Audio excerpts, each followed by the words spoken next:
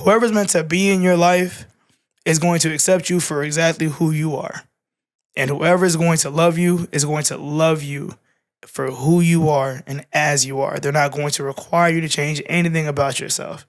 So conforming to try to appease anybody was never an option. If you truly do not like me because I am black, because I'm queer, because I'm a woman, because I'm fat, whatever reason you want to give, fuck you.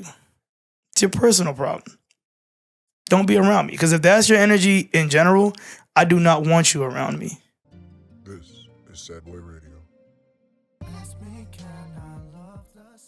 What's the word, everybody? Welcome back to Sad Boy Radio. I'm your host, Matt, and today, man, we got a very special guest in the building. We're over here.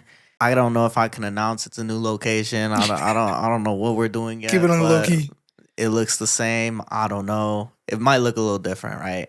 But anyways, we're here with a very special guest. Man, you've DJ'd for Lollapalooza, DJ, WGN, producer. Would have been a forensic scientist if she could have. You did your research. I like that. Definitely did your research. Countless articles in Chicago Reader, Chicago Tribune, whatever Chicago it is, you're in there.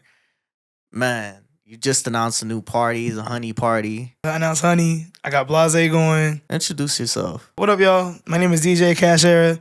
I'm one of the only queer black female DJs in the city of Chicago. And we out here. So one thing I want to touch on real quick is why those two descriptions are so important to you. I feel like all three intersectionalities are equally important.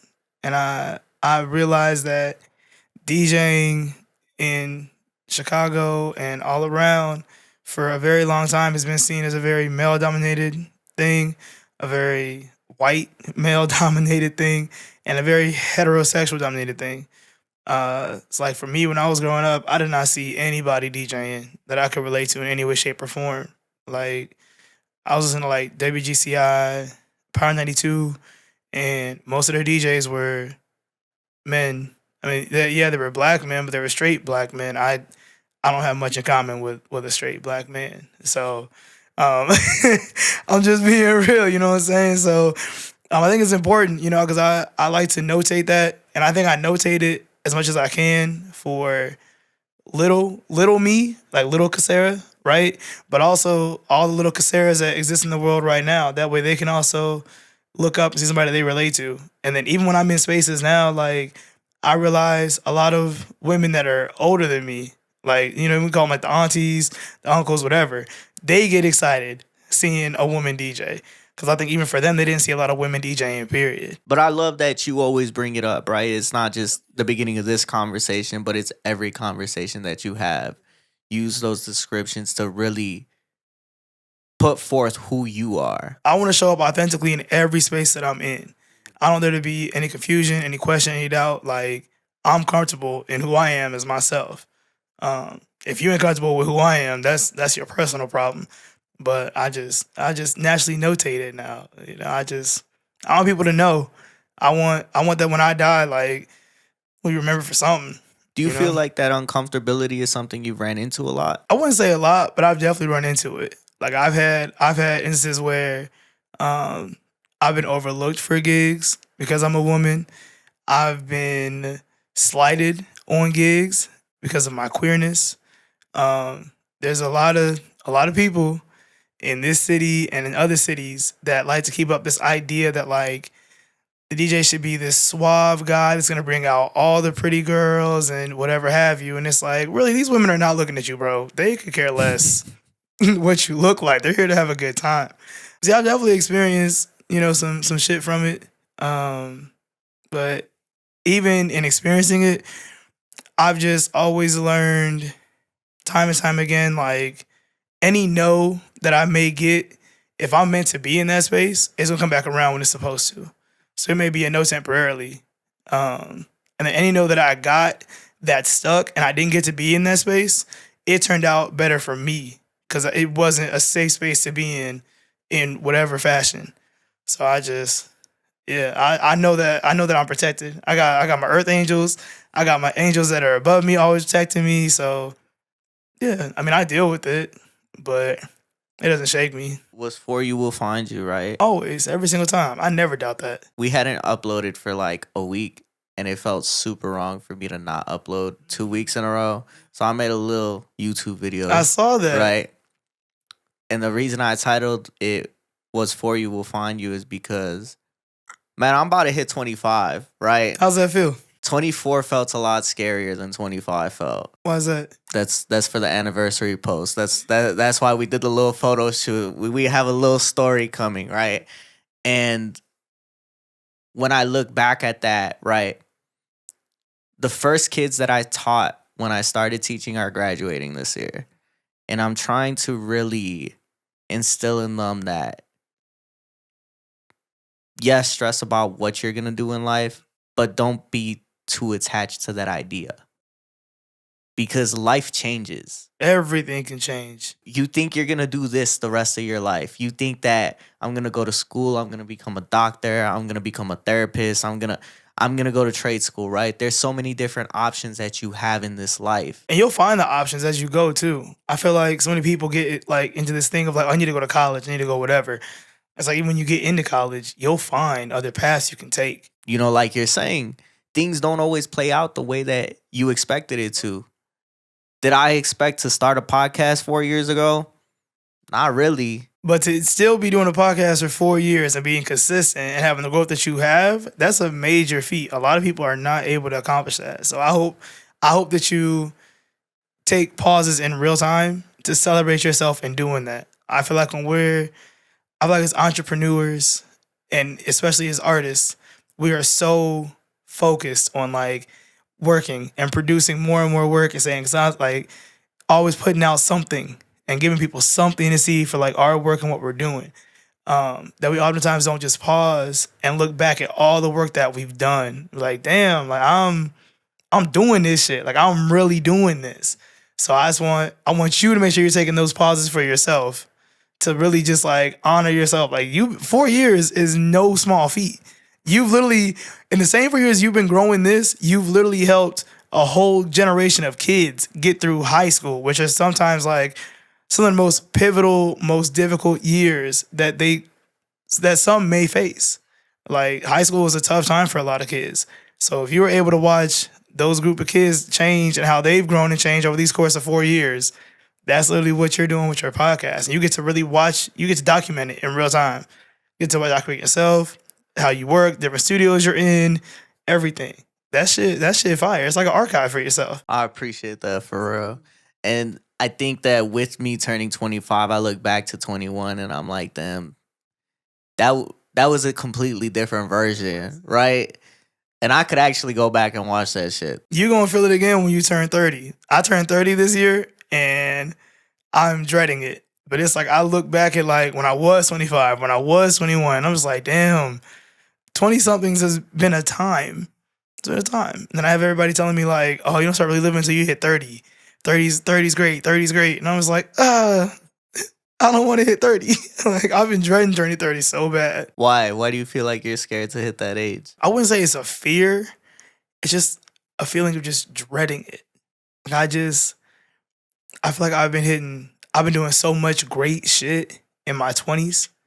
And I hit this, honestly, it's a yearly feeling. Every new year, every birthday year, I get in my head of like, okay, well, if I did this in 2020, how am I going to top this in 2021? If I did this when I was 25, how am I going to top that when I turn 26?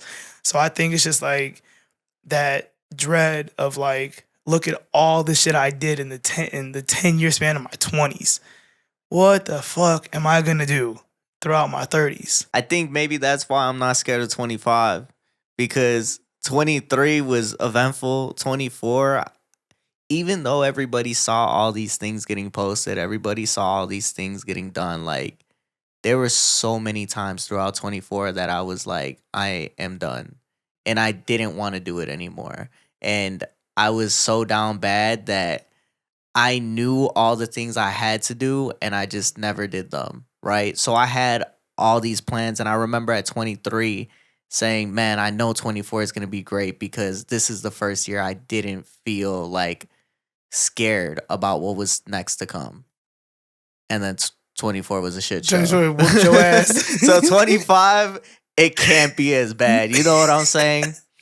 But I want to take it back to that idea of like things don't always turn out how they're supposed to or how you think, right? For you, you were a scholar growing up. I was a major nerd. I was a cool nerd, but I was a nerd. And this path that people thought you were going to take, you deterred from. Complete 180. And I changed my mind so last minute. It was alarming to a lot of the administrators that worked at the school. But the only person that was in my corner the whole time was my mom. It's like almost in every interview I talk about my mom, like, yeah, because my mom really, really held me down. Why did you do that 180? What was it? I went to one college fair and so many like of the top schools were there. And before we broke off to like go check out the different rooms, the host of it got on the mic and he said, whatever it is you want to do, can you see yourself doing it for 50 plus years? Because that's how long it could take you to pay off your student loan debt, depending on what field you go into. And I don't know what it was about hearing that. I was a math nerd, but hearing 50 plus years, that shook me to my core. Because with me wanting to go into forensic science, it made me just pause in real time and think, like, do I want to deal with death and unsolved cases and some of the most gruesome things people have to witness for 50 plus years of my life? No, I don't want that for me. It was that, and then it was also like going into forensic science. It's not only a 4-year program, and while I was great at school, I didn't want to keep having to be in school. So yeah, I already had that burning in the back of my mind, like that thought of 50 plus years to doing this 50 plus years to pay this off. And then the last room, and mind you, like I sat in on like Notre Dame, and when I went in there, the woman from Notre Dame was in this tight skirt with a like a vest of some sort, very prim and proper. And like it felt like she was about to come out with a stick and hit it against the chalkboard type of vibe. And I'm like, this is not me. And the last one that I walked into was for Columbia Class Chicago downtown. And the dude, like when I tell you bare minimum of getting dressed up, this dude hit the bare minimum of being like dressed up. He was like sitting on the desk, didn't even use the chair, was just sitting on the desk. Me and like 3 other kids walked in with our parents. He just sat there and he was like, we want to know. And having that type of approach of like just being in an open space where I can just ask questions, you not just feeding numbers and stats down my throat, and I'm able to just talk to you like I'm a person, that changed it. And I was like, no, like, let me go to Columbia instead. I turned down full rides and everything to go to Columbia. You're fucking lying. I shit you not. Where'd you turn down a full ride to? I know the one school was out in like Minnesota. It was an all-girl school. It was a Catholic all-girl school. I have no clue. Turned that down. And That's oh well. Yeah, turn that one down. That would have been good for you, but you know, would have been great for me. Turn that down. And the other school, I think it was Lewis University. They gave me a full ride. Yeah, they gave me a full ride of some sort too.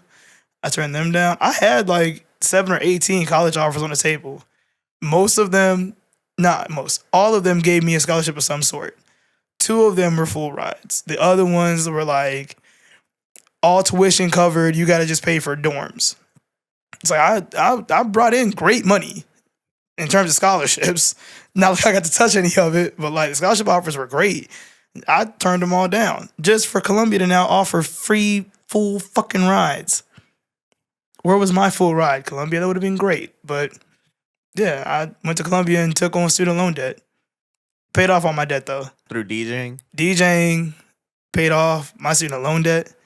DJing has paid off my house. You got a crib? I took over my grandpa's house shortly after he passed. And I fully paid off that house last year, the day after my birthday. Wow, good shit. Yeah. Congrats. I would clap Thank for you, you. but my thumb's fucked up. You're good. So. You're good. I appreciate it. It still feels surreal, you know, to even say that, because I think I posted about it once, but yeah. So yeah, I own the crib now, and like that was my childhood home. Like when I was a kid, I was always at that house. Why was it you felt so safe in the decision to choose Colombia over these other places? I already knew going into it, like if I go, I'm not married to this, right? Like if I go here and I hate it, I can go somewhere else. I can complete a year, take a year break to figure out what I want to do. I can go to trade school. Like I have options to whatever I want. And I think also a part of it was just my mom was supporting me. Like I don't know, for me, it's like you could tell me that I have no clue what I'm doing about anything. If my mom tells me that I'm just an inch right or that she supports me in something, I'm like, the world could tell me I'm completely wrong. My mom told me that I'm right. I'm good to go. So that's what it was. It was just, I wanted to study radio. And I already had radio like in the back of my mind because of my mom. When I graduated from 8th grade, one of her gifts to me, she reached out to this personality. His name was Scotty K at the time. He was at 103.5 Kiss FM and asked him, could she bring me to shadow him for a day during one of his shifts? Shockingly, this guy said yeah. So I got to go up to the 103.5 Kiss FM studios before I even stepped foot into high school and got to see what he does in a day. So I went into high school already seeing that and then just kept that in the back of my mind naturally. That was like my backup. My backup plan was radio. That was it. So then when it came to making the switch, I was just like, I'm gonna go study radio. Like, I still have my intelligence. If I can change my mind and go study forensic science whenever I want to. Because even now, I've been toying with the idea of maybe going back to school to get my associates in it. So I got the bachelor's, so the gen ed's already done. So how'd you end up in production? Columbia makes you learn everything in radio. So when I was there, you had to learn all the ins and outs of everything dealing with radio. And then DJing, which is an elective course that I just happened to take as a happy mistake. Like a happy accident, not a mistake, a happy accident. Because they offered me a scholarship and I had to be full-time. I was short 3 credit hours to be full-time my first semester, freshman year. And the college advisor, and I wish I could tell you her name for the life of me because I truly owe my career to her. Because she's the one that recommended the class and put me in it to get me up to my full-time credits. She was like, take Club DJ. It's an easy class and you're building with your other classes. It's an easy A, just take it. And it's like, all right, fuck it. I'm taking calculus. I need an easy A class. And I walked in the first day. I was taking calculus. Like, I need an easy A class. Why not? And first day I walked into class, my professor was DJ INC, stands for I Need Cash. And yeah. I Need Cash is great. It stands for I Need Cash. He goes by DJ INC. And I remember I asked him, what does that stand for? And he said, I need cash. And I was like, damn, me too. So then a couple years later, not even a couple, maybe like a year or two later, I needed a DJ name. And I did what any sensible young person would do when they needed an answer to something. I went to Facebook and I asked them, yo, I need a DJ name. What do y'all think, Facebook? And people in the comments just flooded different DJ name ideas. And this dude, Barry, I worked at the movie theater with, my government name is Casera, CASERA. He literally took it and spelled it as Cash Era, how you see it now. And when I saw it out, I was like, damn, it's kind of catchy. I like it. And it helps me pay homage to my mentor. So I picked that and it stuck. It's been the same ever since. Yeah. I guess I didn't feel any fear. It felt right going to Columbia. So what is it DJing has provided you with that nothing else could? DJing has taught me that I have a more creative mind than I would give myself credit for. I used to only give myself credit for like my book smarts. DJing has shown me that I am creative. DJing has taken me to places that I didn't know that it could or would.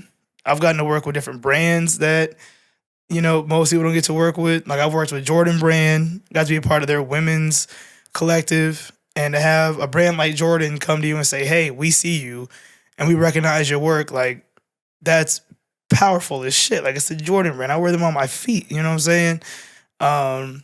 It's brought me friends that have turned into family.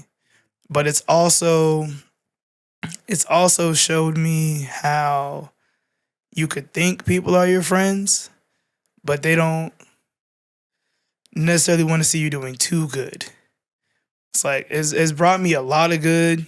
You know, I make pretty good money doing it where I'm at right now.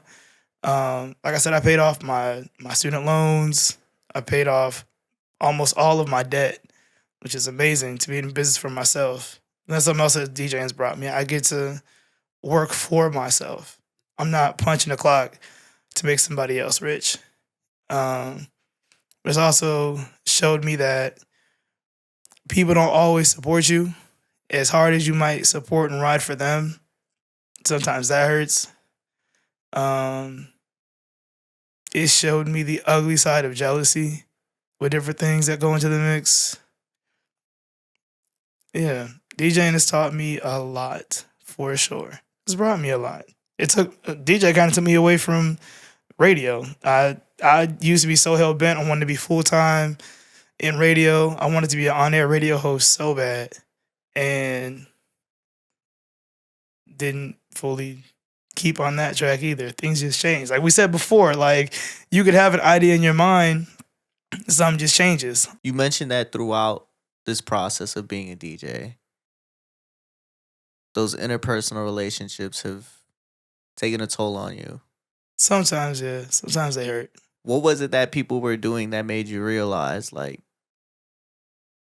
they don't love me the way that they say they love me? When I was first starting out with DJing, some of the people that I was dating or talking to, like I would get booked for a gig, and it'd be like a Friday or Saturday, and we already had plans like do a date night or something, and I would just go to them and be like, "Hey, I got booked to DJ this really cool event. Can we push back date night? Can we start it like 30 minutes later, an hour later?" I would get cussed out. I'm getting cussed out. I'm getting blocked. I'm like, damn, like, I just told you I got booked. Like I just started DJing. I got booked for something. I'm coming to them excited about it, and I'm expecting the same excitement back. And really, they're looking at it like, oh, well, you're selfish. Like, how dare you put your work over what we already had planned? And it's like looking back now, it's like I see both sides, but also it's like I wasn't trying to be selfish. I was trying to just like grow in what I wanted to pursue naturally. And when it would be reversed, like if they had to work late or they got called into work or whatever have you, I'm being understanding. Like, oh, it's okay. You know, I understand you got to work late. I can push reservations back. We can go out later. We can do whatever. I wasn't met with that same type of understanding. That would hurt. I had a couple people that once I started, it was like once I hit a certain number of followers, or I would book like a certain big gig, out of nowhere they're telling other people, "Oh, I don't fuck with her." Oh, Cash, like, I don't fuck with her. We ain't cool. The whole time we were just texting last week to go grab lunch together. What do you mean? Like, what changed? And when I would call them out on it, I'm like, damn, like what happened? Oh, you acting funny. You get on this now, you acting funny. You booking X amount of gigs, you acting funny. And it's like I didn't say anything different to you. Nothing has changed in how I'm speaking and interacting with you. You just see me working more. It's like you're confusing what you see me posting versus how you know me in person. And that's weird. I mean, who I am on Instagram is who I am in person too. But especially it's like if you see me posting my wins, why are you taking that as a threat? Shouldn't you be happy for me? And it wouldn't be reciprocated. I've had people come to my gigs and oh man, I had Disrupt them? not disrupt the gigs, try to throw me off. So like this one ex that I had came to You like crazy girls, huh? not on purpose. Not on fucking purpose. This one ex I had, we were on again, off again. It was a point we were on. Thought we were great. I thought we were perfectly fine. Came to one of my gigs and came up to me and said, "Hey, kiss on the cheek. Do you need anything?" I'm like, "No, I'm cool. Go ahead." Introduced me to her friends, having a great time. Maybe like 30 minutes later, I look up, I'm DJing. making out with somebody else at the bar, dead in front of my face. Like if this is the booth, I look up, I'm seeing them make out dead in front of me, and I was like, damn, this one hurts. That one hurt. Threw you into your villain era. Not even. I'm such a lover girl, and I'm such a softie. Like that shit hurt. Like I literally had to fight. I remember I had to fight back tears to the rest of the set. I had like another hour and a half to go. Damn. And as soon as I cut the music, I was waiting for the last person to leave out the door. I heard that door latch and shut. And mind you, this is a larger venue, so the door is a ways away from where I even standing at. I was so like I could literally hear my heart pounding in my chest. Like, I could hear the door latch lock, and I leaned over and started bawling, crying. Was this at HVAC? I feel like this was at No, HVAC. it wasn't HVAC. No, it wasn't HVAC. It was a Scarlet and Boys sound. Oh. I started bawling, crying, and one of the bartender that was at the back bar area, he saw the entire interaction happen because the whole bar staff knew who I was dating. And he came up and just hopped up in the booth and just started rubbing my back. And I was just, I was done for. Damn, shit had you Yeah. fucked up. That shit hurts. But it's like, that's what the people don't see. It'd be something that people don't even see or like don't know about. Yeah, there's been plenty of times where like, I could be going through a horrible heartbreak, crying on my drive to the gig. You still gotta show up and do the shit that you do, right? No one would ever know. When I walk in there, I will literally park in my car, get the last of my tears out, wipe my face, and shake it off. And I literally tell myself, like, we have to, like, you can cry again when you get back in the car. Once you step out of this car, you better not fucking cry. Like, do not. I don't know. I think my thing is like, if I'm already giving the person that much power to have me crying, and not even my usual happy, bubbly self, I'm not gonna let them steal the joy that I feel when I'm DJing. Like, you can fuck up my personal emotions when I'm by myself, sure. But the joy that I feel when I'm DJing and the joy that I see that I bring people in spaces and the memories that I help them create in real time, you're not going to tarnish that joy from me. And it's literally something that, like you said, people never see. They think you show up and you show up happy and life is all great. Oh, yeah, absolutely. Like, my grandpa passed away. I did the same thing. And he was my best friend. That was my best friend. Losing him was hard. I DJ'd that night. Damn. You didn't call off? I thought about it. And I also thought about, like, who my grandpa was as a person. He wouldn't have wanted me to call off. He was type where one of his favorite things would be like, ain't nothing to cry about. There ain't nothing to cry about. That's something that I always heard growing up from him. Yeah, like my mom encouraged me to still go. My siblings encouraged me to still go to work. Ultimately, I'm glad that I went. It was a very chill gig. It was for a friend's birthday. It was for Jamila Wood's birthday party. So I knew everybody there. And I even told Jamila, like, hey, I'm running a little late. My grandpa passed. I'm struggling a little bit. And she asked that I want to take the day off. And I told her, no. I need to work. I need to work. I need to get through this. And I remember there was one point I was in the DJ booth and I looked up and one of my grandpa's favorite beers to drink was Hamm's. HAMM''S. That is disgusting. It was his favorite fucking beer. It's a very cheap beer. It's like $2 or $3 at any bar. I'm sorry, I'm judging him, but it's all right. It's all good. But I was DJing and I looked up and I saw the sign, like the authentic Hamm's beer sign. And I was like, damn, I've never seen a venue sell Hamm's.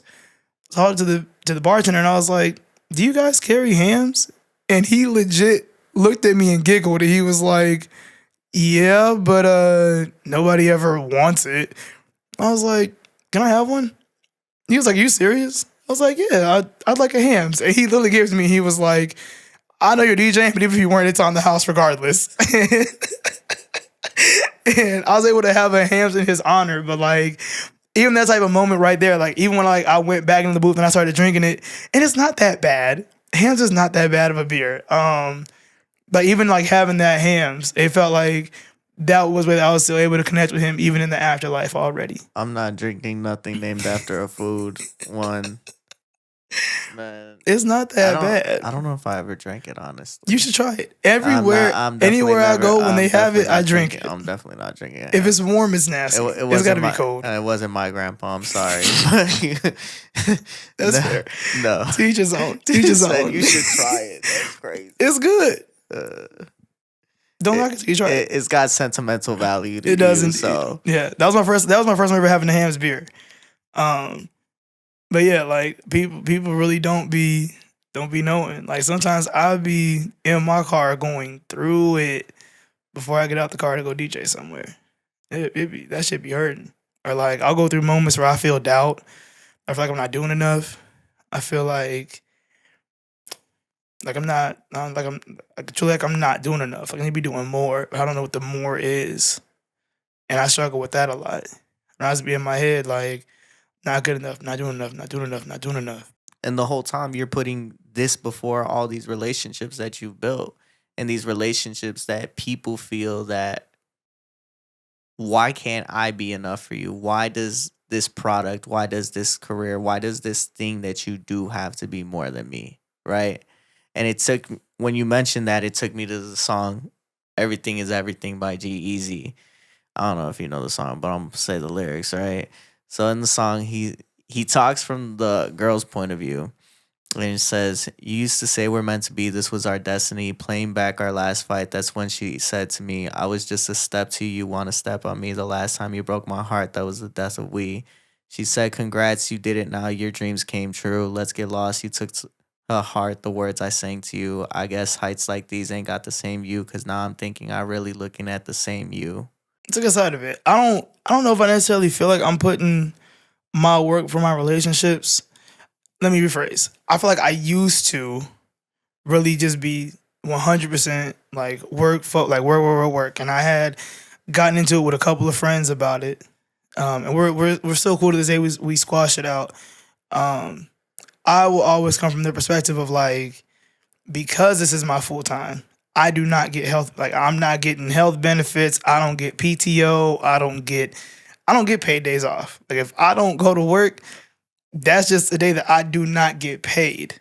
So I feel like sometimes the issues that I would hit with certain friends would be like having all friends that only work in corporate America. So for them, it's like, oh, well, I put in a request to take off these 2-3 days. You should do the same thing. It's like, actually, no. If I don't work, we can't hang out anymore. No, it's not that. But it's just like, I don't know. I think it's kind of like you got to look at like what are you really asking me to do, right? Like if you're asking me to take off like a random Friday for your birthday, absolutely. You want me to take off Thursday, Friday, Saturday, Sunday, Monday during like Memorial Day weekend when I know I could get booked up and get paid, or you want me to do that during like Pride weekend? I know that's a big weekend for me. So it's like having the compromise. I feel like in all this you gotta be able to compromise, right? Like I will absolutely I'll take off for a friend's engagement of some sort. Like if you get married, birthday, you just need me, whatever it is, I'll absolutely take off and show up for you. You just want me to take off to then go to somebody else's party just to sit there. And then while we're there the whole time, you're like, this DJ isn't that great. Go fix it. This is not that. What? Like, what do you mean go fix it? I'm off. Like, I took off to be here with you. I could have DJ'd. You could have came and saw me DJ and would have been content. No, we're all going to sit here miserable now. We're all going to sit here in misery. That's what we're going to do. So it's not about putting like my work for my relationships. I'd be asking for compromise and understanding that truly, like if I don't work, I'm not getting paid. So like compromise with me, like understand like, oh, if she takes these days off, she's truly not getting paid for those couple of days. But you're better than most young creatives in that point then, right? Because, and I don't mean to say like, oh, you're better than, but because when I was 21, 22, the only thing that mattered was this. I would tell people that, listen, you're always going to be priority number 2. And I feel like some people still feel like that when it comes to me. And you're not going to be number 1. because I have so many other things that I have to worry about. And even above all those things comes my work. I will say I didn't get to this point of like realizing the need to balance it more until recently. It wasn't until like maybe a year or two ago, and I'll be 30 this year. I'm 29 right now. But when I was fresh out of college in my early 20s, I was 100% work. I'm like, I'm not taking off for nothing. I gotta go to work. I have to go to work. I have to make this money. I have to do this, and this. Anything else, it can wait until later. What showed you that you needed that balance? My grandpa was on in-home hospice for 5 or 6 months before he passed away. I think that added to it because it showed me the importance of like, I have this extra time. And we didn't know how long he was going to be on hospice for. Nobody ever does. But it was one of those things of like, while he's still here, I want to spend as much time with him as I possibly can. So it would be like, I wasn't taking off per se, but I was spending my nights and days differently. Like every day I was with him if I could be. And then if I had a random night off, I'm watching a movie with him. We're doing a movie night. We're doing something random. Like he couldn't move around. He couldn't move around anymore, but it's like, I'm kidding with my grandpa real quick. So I think that played a part in it. And I will admit, like after he passed, I went right back into heavy work. Like I didn't want to do nothing else but just work because it kept my mind busy. And then it wasn't until I started feeling strains in my friendships and in my relationships with my friends, that's when it put me in check. Like, okay, I need to be intentional with time that I'm spending with them. Because it's like, oh, y'all are out and about, just come see me DJ. It's like, yeah, y'all came and saw me, but we didn't spend intentional time together.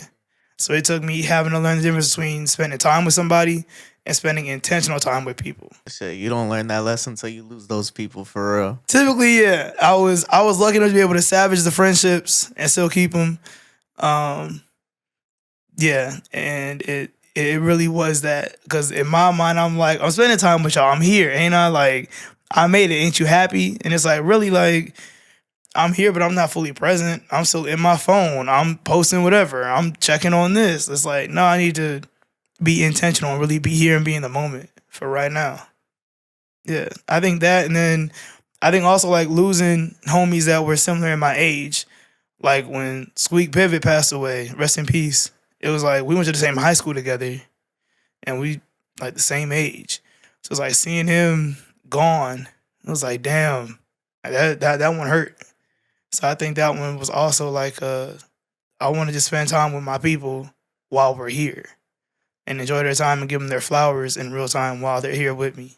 I don't know if this is inappropriate, but speaking of pivot, shout out Saba. Shout out Saba. That new project with No ID is amazing. New album just dropped. It's amazing. I got to hear the album. I got to hear a preview of it like a year ago. Damn. And yeah, it was in a private listening session. You been heard that shit with some other creatives. Yeah, but like even hearing it, was that the one at Classic?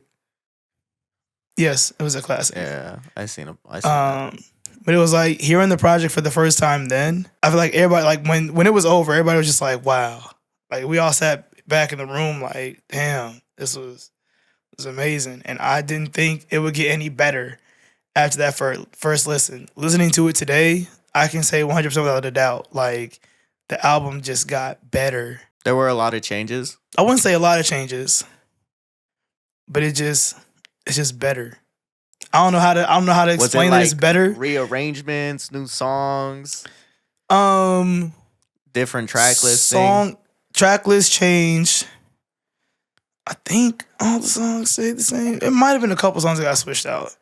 But song arrangement definitely, like song track list placement definitely got switched around. But like the production arrangement too, or is pretty similar. Pretty similar. I feel like some of the production stuff on certain tracks went up a bit, but it's just I feel like this project has been more flawless than the one that I heard a year ago. So it's beautiful to be able to know that like I was able to hear what it was a year ago, and then I'm able to see what it is now, currently. And I'm very grateful that I got to have that experience to hear the album while they were still fleshing out different ideas and details and whatnot of it. It's an amazing project. Saba just don't miss. The man don't miss. I just got to see him the other day too. We did a show in honor of Tommy Skillfigure, who is his uncle. Rest in peace. It was his birthday celebration. It was his big birthday concert in honor of his uncle. on his birthday, and yeah, I got to DJ on stage with Pivot Gang and Saba up there. It I was love dope. that song, man. That who at the dough? Oh, it's a good ass song. They snap. Shout out to Pivot Gang. I love the guys so much. They feel like my cousins. Really, they feel like my Damn. cousins. Are you That's from what I out feel like. west? Not for myself, Oh, but we just feel like cousins. Because like I work with Nichelle and the John Wall Foundation all the time. They did a couple open mics the past couple of months. I DJ'd. They had motherfucking Mello and Fresh Waters hosted. We be up there having a ball. They just every time I see them and every time I've ever seen them, it's just been love. Like me and Joseph Williams were cool. It's just always love whenever I see anybody in the Pivot Gang family. I've never met Joseph. I obviously met Mello and Fresh. I love Joseph. He can dance like no other. Joseph is so lively and unpredictable. Mhm. Like I love Joseph. He can dance. He can dance his ass off. He got dance moves for sure. All the guys are funny. They're really good guys for sure. Getting to this point that you're at, Mm. you're pretty famous yourself. You have famous friends. I hate being called famous, but yeah. But an important thing that you've always done is you wanted to connect with people. And that goes back to the characteristics you describe yourself with, right? Queer, black, female. These are all spaces where people are considered the minority. Yes. But with that being said, you also mentioned that there's times where you didn't feel seen. Absolutely. Yeah. What was it you felt that people overlooked about you? Just overlooked me in general. I feel like I would oftentimes just get doubted in my abilities to DJ because I'm a woman, and then being a queer woman also is added to it, and then being a masculine forward woman would also add to it. Like I feel like so oftentimes you'll see. I feel like now the imagery is changing, but for so long, whenever you saw a female DJ or a woman DJ, they were always this very feminine woman and aesthetically pleasing or aesthetically pretty type of woman. I'm not showing up to your damn club in a halter top and a skirt or a dress. Not doing that. You're gonna get this graphic tee and some shorts and some J's or some Nikes, and we gonna make it do what it do. I've never changed how I dress, how I show up in spaces, nothing of the sort.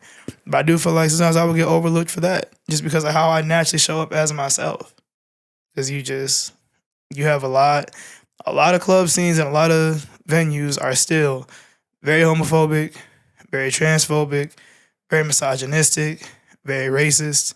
Like, take just about any venue with a strict dress code that is absolutely rooted in racism and homophobia by default. I had to there was one time I went out with 3 friends that I was cool with when I was in high school. And I don't remember what venue it was, but I know they were trying to go because some artist is gonna be there. And the venue had a dress code. Very strict. They all 3 show up in dresses and heels. I dressed to the male standard of the dress code. Had on some dark wash jeans, a polo, and some like canvas shoes. Right? I didn't even wear Air Force Ones. I was like, I'm not even gonna risk it. I wore some Puma canvas shoes. Mind you, I'm like 21, 22 at this time. We get up there, have my ID out. Security guards, both their guys, didn't even take my ID. They were like, you can't come in. I was like, why not? You're not following the dress code. And I was like, but I'm in a polo and jeans and canvas shoes. Mind you, I'm watching white men walk past me wearing khaki cargo shorts, plain white tee, or a polo with some Air Force Ones. And I'm like, I'm literally dressed more to the standard than he is. And the one guy looked me dead in my face and he said, you're not dressed to the woman standard. If you go put on some heels, come back, we'll let you in, absolutely. And I was like, no, I'm cool. And 2 out of the 3 girls that I was with just kept going, didn't even wait for me. The last girl stayed and she was like, "Want me to leave with you?" I was like, "No, it's cool. Y'all go ahead. It's cool. I'm just go home." But I remember when I left, I felt so defeated. And that was like at the time when I was 21, I wasn't prone to DJing in 21 plus spaces yet. Because when I started DJing, I was under 21. So I couldn't get butch in those spaces yet. Legally at least. And I follow the rules always. I'm a goody two shoes. But I remember how I felt so defeated going back to my car. Like my head was drooped down. I think I might have cried a little bit on my way home because I felt so embarrassed. Like I felt so embarrassed because it was a big crowd of people outside. And I remember in that moment, I was just like, I do not want anybody else to feel this shit that I'm feeling right now. Like that shit hurt. And I think that's why now, like, I think that's also a part of the reason why I am so prone to make it known how I identify. That way people see me as a safe space and automatically know, like, any venue that I'm DJing at, you're safe to come to as you are. That's why I don't really DJ in spaces where they have a dress code. Like, we're not doing that. There is a dress code. I'm not following that shit. I'm not dressing to a dress code. My card swipes the same, whether I'm wearing dress shoes and a suit or some J's and a t-shirt. My money is still green regardless. Everybody's money is. Why are you so pressed on what they're wearing to get in here? I don't like that. So something I do want to ask, right? What up? And I don't want you to take offense. No, it's okay. Go ahead. Why did you feel the need to never conform? I don't think conforming ever even crossed my mind as an option. You don't take me as the type of person that does. Yeah. Like where it's even an option. No, conforming was never a thought. I think that's why I'm so taken aback by the question, because I know exactly what you mean. I think that's why I had such a long pause. It's truly because that was never an option in my mind. That was never an option, never a thought. I know that phrase is corny, but it's like, you got to be yourself because everybody else is taken already, whatever the fuck the caption is. It's very corny, but like, it is true. Like, I don't know how to be anybody else. Only person I know how to be is me. And I mean, I don't know, like as a kid, one of my mom's closest friends is a drag queen. So I'm 5 and 6 years old seeing someone very close to my family, dressed in male clothes and showing up as a male, and then he's going and having to change and whatnot, and then he's dressed as Liza Minnelli. And I'm seeing him in heels with lipstick on and all of that stuff. So it's like, I'm growing up seeing that. And I love that my mom, like, made sure that we were always surrounded by people from different walks of life the entire time we were growing up, me and my 2 siblings. Yeah, conforming was never an option. It was just like, whoever's meant to be in your life is going to accept you for exactly who you are.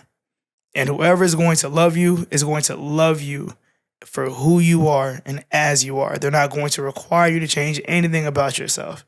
So conforming to try to appease anybody was never an option. If you truly do not like me because I am black, because I'm queer, because I'm a woman, because I'm fat, whatever reason you want to give, fuck you.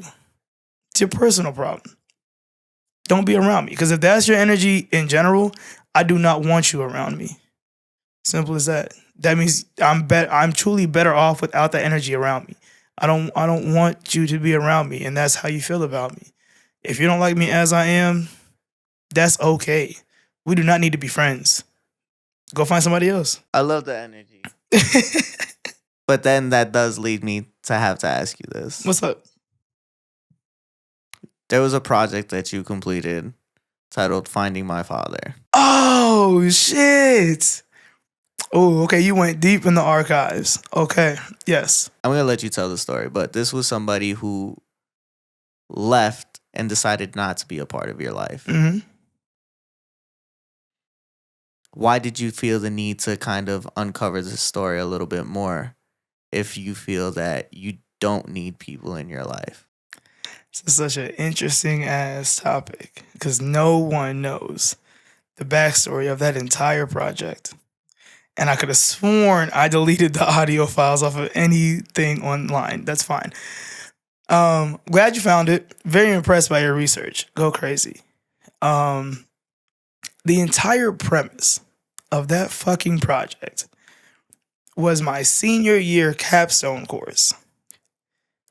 We had to do a 6 to 8 minute long audio documentary.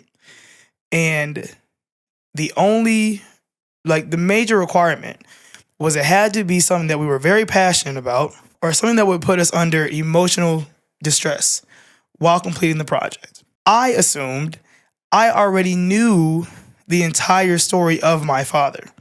So in my mind, I was like, oh, it's going to be an easy A. I already know what happened. I'm going to interview my mom, my grandma, my one half sister that I have. Boom, done. Send it in. Simple, cut and dry project. So that is literally why I even did it. And I was like, oh, I'll just title it Finding My Father. I'll learn about what he was like, who he was. He died in some freak accident when I was 15. That's it. Simple, cut and dry. That's what you thought? I was told he passed away in a freak accident when I was 15. Mm-hmm. So that's why when I hit college, and mind you, I never told anybody how he passed. All I knew was that he had passed. I never met him before. That was it. I was always told it was by a freak accident. So when I was given the prompt of that project, I'm thinking, oh, we died in a freak accident. I'll interview these 3 people. 5 minutes of audio real quick. Boom, done. Simple. And it wasn't that. And even in that final project, I feel like still so much had to get left out of it. Yeah, I truly just did the project thinking it was going to be an easy fucking A. And clearly was not. It did indeed put me under a lot of emotional distress. But I did get an A. In reference to your question, though,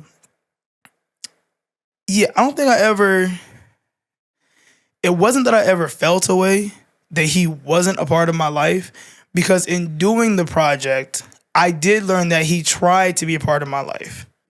And I think that's one of the things I also missed that wasn't included in the audio. He did reach out to my mom every couple of years to like check on me, see how I was doing. And she would send him like updates, like pictures of me, what my school grades were looking like, etc. And he had reached out a couple of times, asking if she would send me down to spend the summer with him. And she would always say no. Absolutely not. No, no, no. Mind you, I didn't learn any of this until I'm doing these interviews with her. And when I asked her why she kept saying no, she said that he was always into some shit that he shouldn't have been in. And with him being gone for so many years, she didn't know what he was actively in at the time. And she didn't feel comfortable sending her firstborn away to this man who was now essentially a stranger. And I respected that. Yeah, it was her rule that I couldn't meet him until I turned 18. Obviously, that did not ever happen. Yeah. So it wasn't ever about like, oh, I need to go see why this man didn't want to be a part of my life. It was just, I just wanted to try to learn anything about the man that helped create me. You weren't even trying to find out for real. I wasn't trying to find out shit. I was trying to get an easy A in a project. Did you feel any resentment towards your mom after finding all that information out? I didn't resent her at all. Anger? No. Sadness? I was hurt. I was hurt. But it wasn't that I blamed her, because it like she truly was just trying to protect me, and I understand why. Yeah, I didn't resent her. I wasn't angry at her. I was just hurt. I was hurt by the entire situation. It was just hurtful. Cause like I really don't remember what even made the fucking final cuts. Just to give you the full premise of it. When he passed, I was 15. He told me he was in a freak accident. All I knew was that he was in the military and was in a freak accident. That was it. That's all I knew.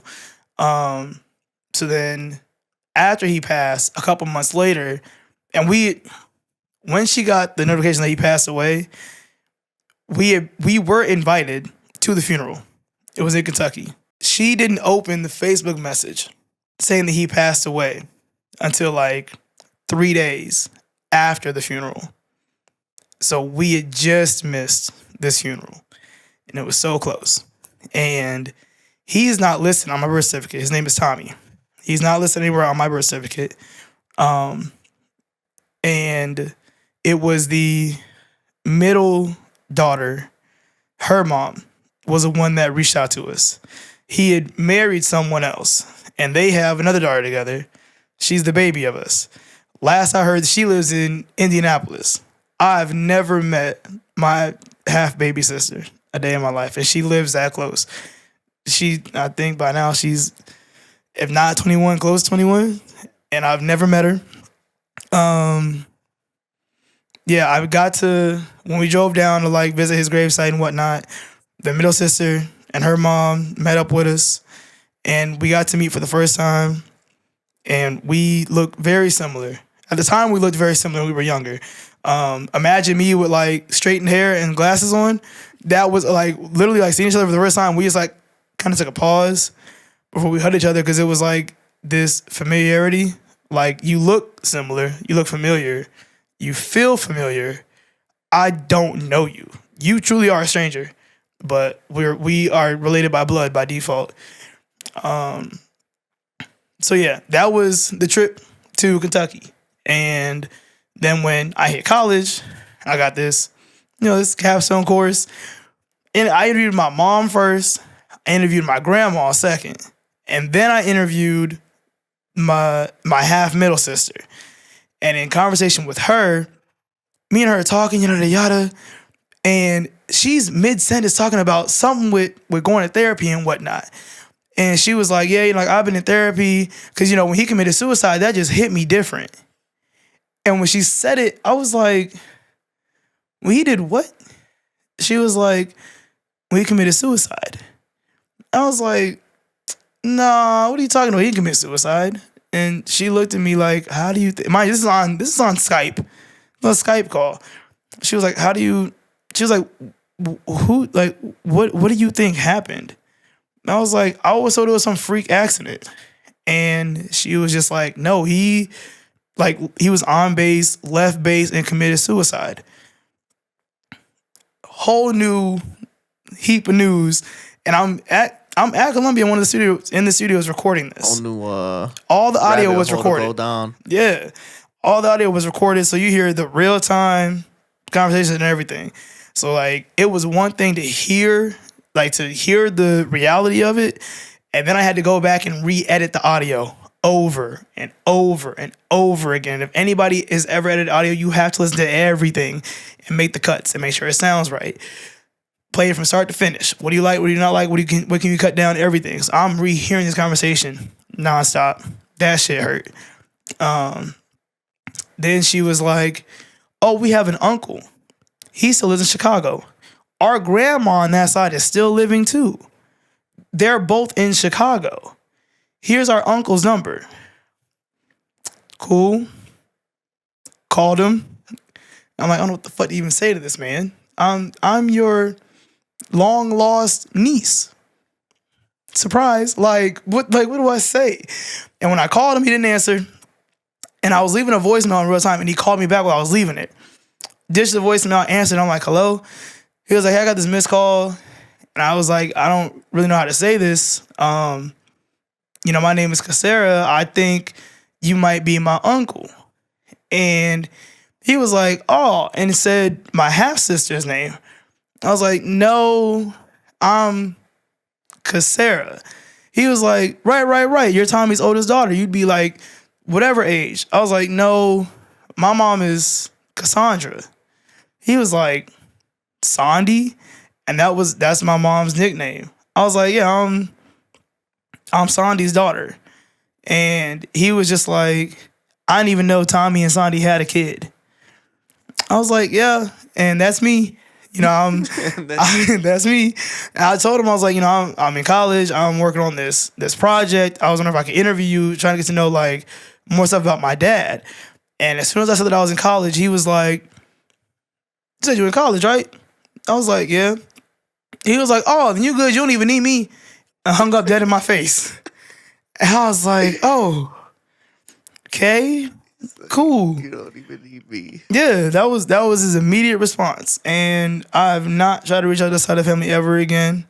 After having that call, I then had to go back home and re-interview my mom and ask her why she lied about how my dad really passed away.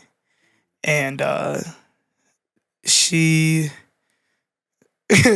one was like, well, how'd you find out? And I told her, I'm doing this.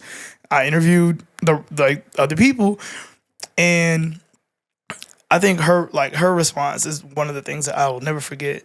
When I asked her why did she lie, she said, I did not know how to come to you and tell you that the one man that you've really been wanting to meet couldn't find any reason in this world to stay alive, to have the chance to then get to meet you as well. And that shit hit. That shit hit. So when she said that, that's why I didn't hold any anger towards her or any resentment. I'm about to shed a tear. I'm about to shed a thug tear. Not a thug tear. But yeah, like hearing her say that, it really made me realize that she genuinely just kept telling me to wait until I turned 18 so I could decide for myself. But also then knew that like once I turned 18, that I would be an adult and would know how to handle myself if I were to be in a situation where something were to go wrong. If I was like younger, I was like 8, 10, even 14 or 15, I can't drive yet. So like sending me somewhere that far away, and he was in Kentucky or further south, and I'm by myself, if something were to go wrong, and she doesn't know what exactly he's fully involved in, doesn't know the woman that he's married to now, knows nothing. Why would you send your firstborn away like that? And that makes sense. But even he had tried it the first time when I was first born. Like when I was first born, my mom said that she had been home with me out of the hospital for all of 3 or 4 days. And he went to the house and was like, I'm moving south. I want to take my daughter with me. And she said no. And he was like, I'm filing court for it. And when she said, well, you're not even on her birth certificate, he could not fight it. So that's why he left. So she purposely left his name off of it because their entire relationship was so tumultuous. He was forever doing stupid shit like that. So she was just like, this is my baby. This is my firstborn. You will not do anything to fuck her up. That lady is smart. Shout out to my mom. Mama Cash. Love her so fucking much. I love that woman. Do you feel like there was a part of your identity that was missing because you didn't have any connection to that side of the family? No. Oh, well, there goes that No. fucking deep ass question. Thanks. Sorry. No, I don't feel like it. I think maybe sometimes I questioned it because there would just be like certain things that I liked that no one else in my family did like. It would be like minuscule stuff, right? Like just taste bud things, different interests and whatnot. But I think after learning how he really passed away, and then also learning that I have living relatives on that side of the family that still live in Chicago. And according to my mom, my grandmother on that side was at the hospital the day that I was born. It's like, lady, you full well know I exist. You have never, ever in 29 years tried to reach out to me, try to find me, try to connect with me, nothing.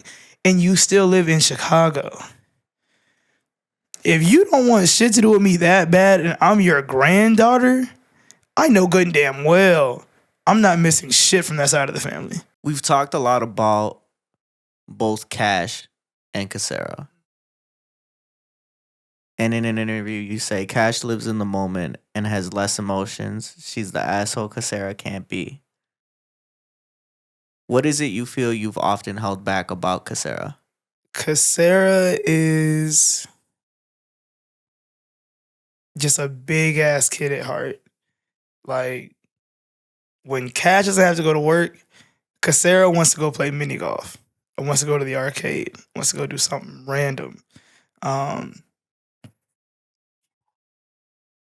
yeah, I don't know. I think the older that I get, the more that I realize that Cash and Casera really are more so one and the same. Um, it's a good quote though. I still like that quote. Um, yeah, I think Cash has to always be on, right? So like whether I'm working or not, if I go out into Chicago area or anything of the sort, if I go to any event, any club, any whatever, I am likely to be recognized as, oh my gosh, it's Cash. Hey Cash, how you feeling? Whatever. Like, and people when they see Cash, they're expecting me to be up and bubbly and on, right? Casera is the one that can just chill at home. If I'm having a rough day, I can have a rough day in peace and quiet. What's this asshole version? What did you mean by that? When I said that, because I used to be so pressed of like, no requests. Or like if you said some dumb shit to me, I'll be real quick to say something witty back to you. Now that I'm getting older, it's like if you say something stupid, I'm gonna let you have it. You can tell me the sky is purple, and I'm gonna be like, you're absolutely right. That's a beautiful lavender sky. It's great. Like I don't really need to argue with people about stupid things anymore. Yeah, I think at the time when I said that, I think I was actually going through a breakup. I was just pissed and irritated. So yeah, but now truly, Cash and Sarah are really one and the same. As bubbly as you see me when I'm working, I'm just naturally always in a good mood. That's just who I am and how I am. You won't ever see Cash sad. The general public will not see Cash cry. You will not see Cash sad. None of that. But if you're close to me and you get to hang out with Casera, you might see Casera cry or feel emotions, whatever. And that's like earlier when I was talking about like how I be in my head before gigs. Oh, Casera stays in her head all the fucking time. Seasonal depression be whipping my ass. I be going through moments and periods where my mom calls it discontentment. And I'm just like, I'm not content with anything. And Cash is still posting, like on Cash's page, you're seeing all these dope things and cool events and whatever. I could leave a cool ass gig that I just did and have an amazing set and get in my car and on the drive home in my head, like, I'm not doing enough. Not doing enough. I have this Friday night off, not doing enough. I'm in my head, like, I'm not doing enough. Why didn't I get this? I start comparing myself internally to what I did the year before, to other people, etc. And comparison really is a thief of joy. So I try to stop it. I try to break out of doing it. Yeah, Casera be going through it. It's a prison we get stuck in. You know, we think that we're not doing enough. And I used to hate watching TV.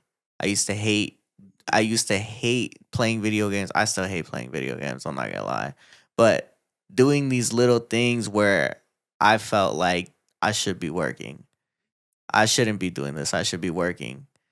And I think that, you know, people say give yourself grace, especially when you're going through stuff. I gave myself way too much grace because now I'm too comfortable and I miss having that fire. I miss having that passion. I miss having that drive where it was, I'm not doing enough. But you can have the balance of it. You can balance finding enjoyment in things that you just naturally enjoy doing and still working. But it has to be a balance. It can't be one taking over the other. And I think that I've become comfortable with. But why do you say that? You were pressing yourself because you missed 2 weeks. For me now, I think that I'm okay with choosing going out instead of working. And what's wrong with that? Life can't be 100% work. I think I judge myself for not being the same person that I was with the same drive. You're never supposed to just stay the same. Like, you're not supposed to, the person you were a year ago, 2 years ago, 3 years ago, you're not supposed to be just the same person through and through 100%, right? And I think so oftentimes we get caught up in this idea of we need to be productive 100% of every day, all day long. That is not realistic. That is not feasible, nor is that healthy, right? And lately, I've been trying to push myself to like enjoy the fruits of my labor actively while I'm young enough to do so. Right? Like the age you are right now, you're only gonna be this age once. Before right? you hit 30. Exactly. Before I hit fucking 30, I'm having all these epiphanies and shit. But no, like on some real shit, it's like you put in all this work. You're gonna look back and realize all you did was work. You didn't enjoy any of the fruits of your labor in real time while you even got to. Right? Like this podcast is 4 years in. You were stressing yourself because you missed 2 weeks. And you missed 2 weeks because it wasn't even of your own like volition. You literally missed 2 weeks because of just different shit happening. We started off by saying that sometimes you have a plan for something and something else takes you off course. You have to redirect, and that's okay. You taking more time to enjoy yourself can also fuel your work. You have to let what you find enjoyment in also fuel it. Because if you just are all work, 100% nonstop work, you hit burnout. So I think that's something else you have to also be cautious of. Because you can do 365 and work nonstop. You can work your day job, do a podcast every day. When did you go out and do something for yourself? When did you enjoy any cool event? Spend time with your friends, with your family, do something that you just want to do by yourself, read a book, touch some grass, anything. You did none of that. And it's like finding that balance is also realizing that sometimes the entertainment, things that we do for just pure enjoyment, it's okay to just let that be just pure enjoyment. It's okay to overindulge. We are only in March. You have the rest of the year. You got the rest of your life to keep on working. I appreciate you coming through.